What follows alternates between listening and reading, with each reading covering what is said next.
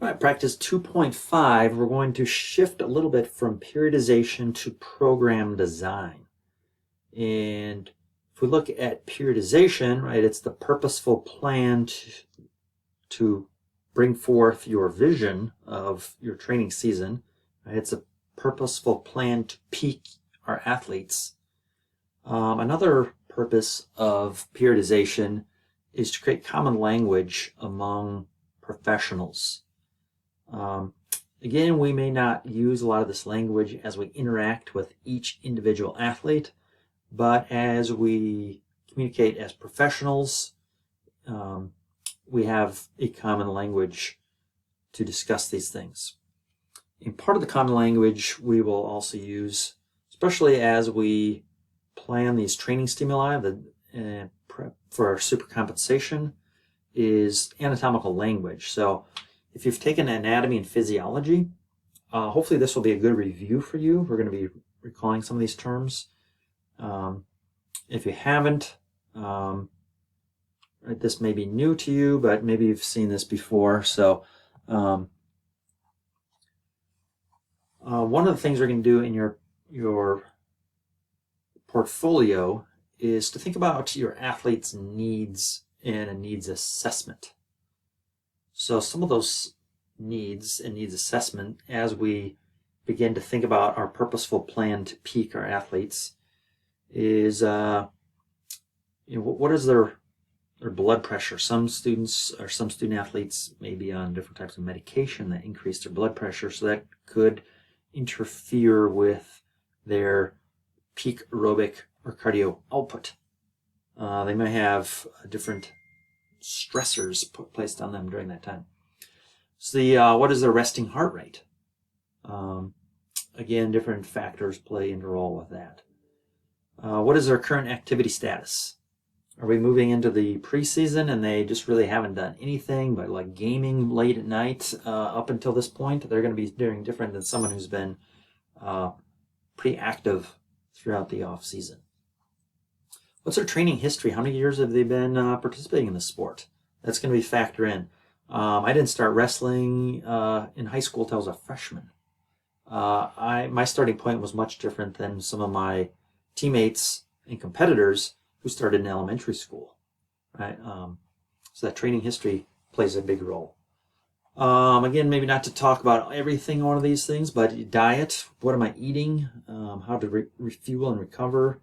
What other diseases? Do I have asthma? Do I have different morbidities, different diseases or conditions I need to know about as an athlete or as a coach? What is my body composition? We're going to be looking at that later in the semester as well. ROM is range of motion, right? What is my range of motion? We're going to be talking about that. Different strength capacities, endurance, and CRF is cardiorespiratory fitness. So all those different things play into your athlete and what their outcomes will be in the training stimulus. So we'll be talking about that needs assessment. So again, part of the common language we use as coaches is looking at movement planes, postures, and so some of the anatomical terms we think about is anatomical position. So it's standing here with palms facing out, the arms at our side. So we can look at muscles involved, muscle balance, muscle function, energy systems, and then all these things can play factors into injury. Again, this is a big overview. We're going to be talking about these things specifically this semester. So if you look at these different planes, right now you're looking at me in the frontal plane. As you see me kind of looking on the front, and then if we look at different movements within the frontal plane, I'm going to move this real quick here. Oops, not that. I'm going to move this. If we look at the different movements in the frontal plane, is we think about, you see me changes here. So we think about, this is called abduction, abduct means to be taken away. So again, if I'm away from what? My center line. If we look right down here. So abduction is moving away from center line. So adduction is to add to the center line, which would be moving the arms down towards the body, right? Back to the anatomical position. So those would be different examples of movements, abduction and adduction in the frontal plane.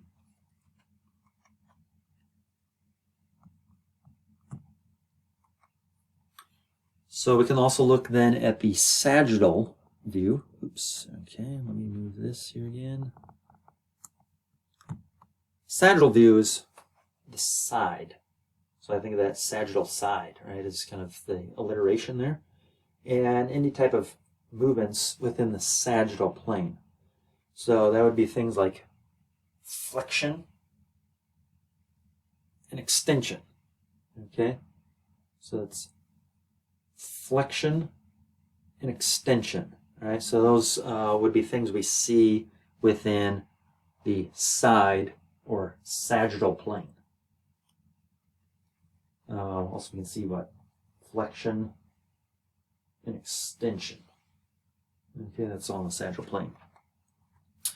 Next is the transverse plane. So the best thing you can do is like think about this as top looking down, or thinking about sections would be the transverse plane. So if you think about this, this is any type of like rotation. So we do see frontal plane action, but if we look, right, it's I don't know if you can see this here, right? It's within the transverse movement. Is any type of internal rotation or external rotation. So that's a quick overview of, right, some common language, common terms within our practice. I'm going to move this again. So again, just to review some of these things, maybe on your own or with other people, is which one of these three movements, A, B, or C, are in the frontal plane? If we do the squat, which plane are we seeing predominant movements to perform the squat? If we look at a softball swing, where are those predominant planes of movement?